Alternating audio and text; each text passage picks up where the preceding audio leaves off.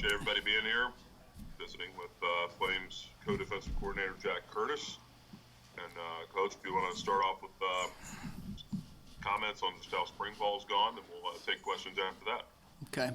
I'll just start at this point where, in the off season after the 21 season, we go back and evaluate all our calls and everything we've done, things that we've done well, and things that we need to look at to make improvement, and things we may possibly need to throw out.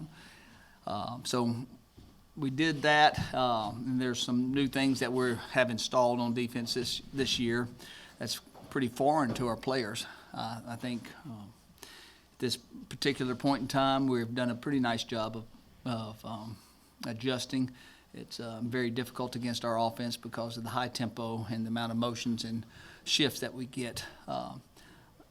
I think sometimes when we get into a game on Saturday, it'll be like stealing because the adjustments will be easier. But overall, we're pretty pleased with where we're at in middle of spring ball. We got a lot of room for improvement, but especially on all the new calls that we got in. And Jack, I wanted to elaborate on that.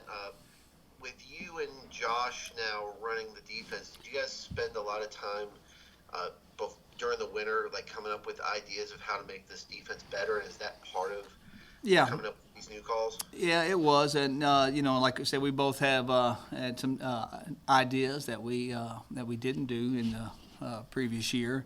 And not a knock on Scott, and that as you go back and look at our numbers, and they were they were outstanding. But you're always looking for ways to improve in football. You never have it. The game changes. The personnel changes, so you're always looking for ways to say, how can we get better? How do we highlight our playmakers and that sort of thing? What were our problems? How do we correct them? If we had anything that probably needed to be corrected, maybe we gave up too many explosive plays, too many big passing plays. So that was one of the main things we went back and looked at and said, how do we correct this? And I think we've got some really good ideas and to help to help solve that problem. What are some of your defensive philosophies? How would they compare, contrast with what Scott has there? Just give us an idea of maybe some of the changes you're looking to implement. Well, I think we can go back to just what I was talking about. In defense, we believe in spreading the stress. Maybe to a fault and not being critical, because again, I say our numbers were outstanding, but the corners were stressed to the max. I mean, they were playing either cover three, man free almost every snap last year in a one-on-one situation. So how do we help give those guys some help and, getting into some situations where we can play two high safeties, play a little cloud, and it gives those corners a break. Well, when you're doing that, you're stressing possibly linebackers or you're stressing the D-line. But so we talked in this offseason about spreading the stress. Not every call can have all the stress on the corners and just hope we hold up in the passing game. We're going to stop the run. So we got to, do some things. If we're playing two high safeties, we could be a hat short to stop the run. Well, that's the stress on the D-line that they got to play a gap and a half defense. And so those are the things that we're getting ironed out. And I think that we've done a pretty nice job, and especially from not having any kind of understanding of some of these calls because we hadn't run them before. So after 9 or 10 practices into it, feel pretty positive about it. Is that a matter of needing more athleticism or speed on the defensive line to cover something like that, or not needing more than what you have, but just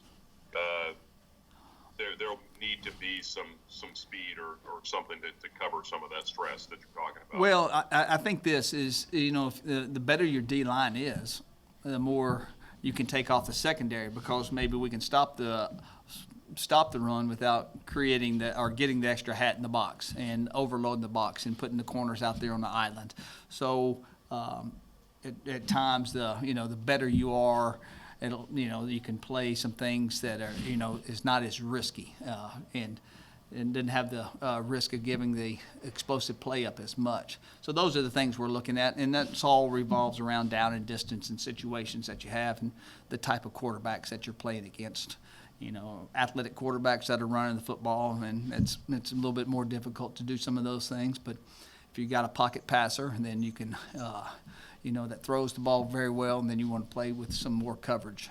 So it's not real sophisticated stuff, but it's common sense stuff that takes a lot of work, especially with the adjustments and handling tempo. You got a few veterans that return at safety from last year, and but you also lose several guys that played a lot of snaps for you last year at safety. Who are some guys that you've been looking at that have kind of taken big steps forward so far this spring? Well, Rocket Rahimi is a guy that played, maybe not quite half the time last year, but sure spotted a lot of reps. He is in a position where he's got a chance to start, and I think he's made big strides. Usually when you get a guy that comes from junior college, it's a big learning curve for him. The second year you get them, they improved drastically, and fortunately for us, Rocket has the following year, so he's got 3 years. I think he's going to be a really, really good football player. He's got a lot of instincts and playmaking ability. The other guy that wasn't a starter last year that has the talent to be is going to be a really really good player is Quentin Reese. And he's had 2 years of playing experience. He'll be just a sophomore because of the COVID year, but there's a mature guy that's had significant snaps as well, and playing the nickel position. He's shown he's very capable of playing that position. It's kind of a hybrid position where you got to be a linebacker sometimes, but also a cover. He has to have that cover ability, and so we're really pleased with where he's at. And how is Juwan Treadwell faring there at nickel after he split snaps with Skylar Thomas last year? Right, and so Juwan has been getting all the starting reps this spring. He and Quentin will be playing that same position.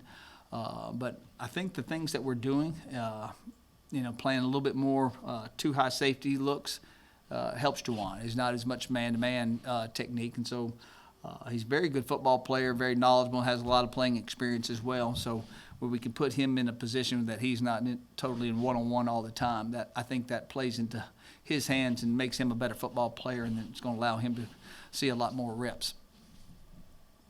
There's a player Coach Freeze mentioned on Monday from your hometown, and Jaden Sweeney. How has he looked in getting a freshman in mid-semester? He's you think of sometimes these freshmen and they come in, you think, this guy should still be in high school, and thinking about who he's going to ask to prom. He is going to prom here in a week or two. I think he's going back. So from being a freshman and them having this opportunity to come in and get these valuable reps, it's going to put him so far ahead of the other freshmen. We actually got 2 more freshmen coming in the secondary. So I'm very pleased. Is he ready? No, he's not anywhere close to being ready. But he's got a big jump on where he would have been. So those freshmen, they have a big learning curve. I know when you leave as a freshman and go into college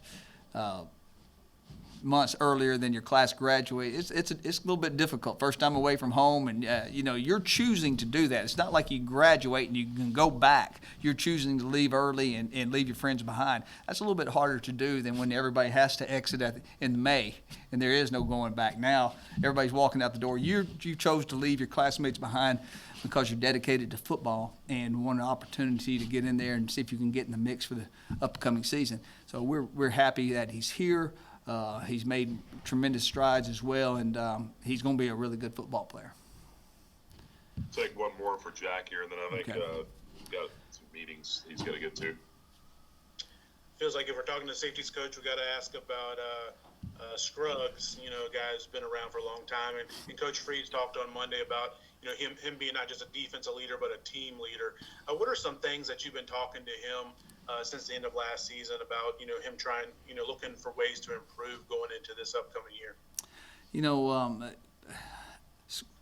Scruggs is the field general in the defense. He knows everybody's position, what they're supposed to be doing, and can get guys lined up. He sees things very fast, very well. The thing he probably does the best of maybe anybody I've coached before is process plays, what's happening, and so a lot of times he's processing them before pre-snap. He's going through the mental gymnastics in his head, and then so is he the most talented player in the world? No, but he anticipates and he puts himself in such good position. He's invaluable to have out there, and is he reached his potential? No, you never really do. The thing, I guess, I think he's having fun because the new defense that we have added to our game or to our scheme. He loves football, so he's looking forward to going to your meetings every day and seeing what we got new in. And then he's learning. He's a student of the game. I think he's going to want to coach when he gets through playing. I think he's going to be a great coach one day. So, he's kind of a player coach. I don't know, this is his 5th or 6th year here. He's seen a lot of football and played 5th year, played a lot of snaps, been a starter for a long time, and just love him, his attitude and the way he comes to practice every day.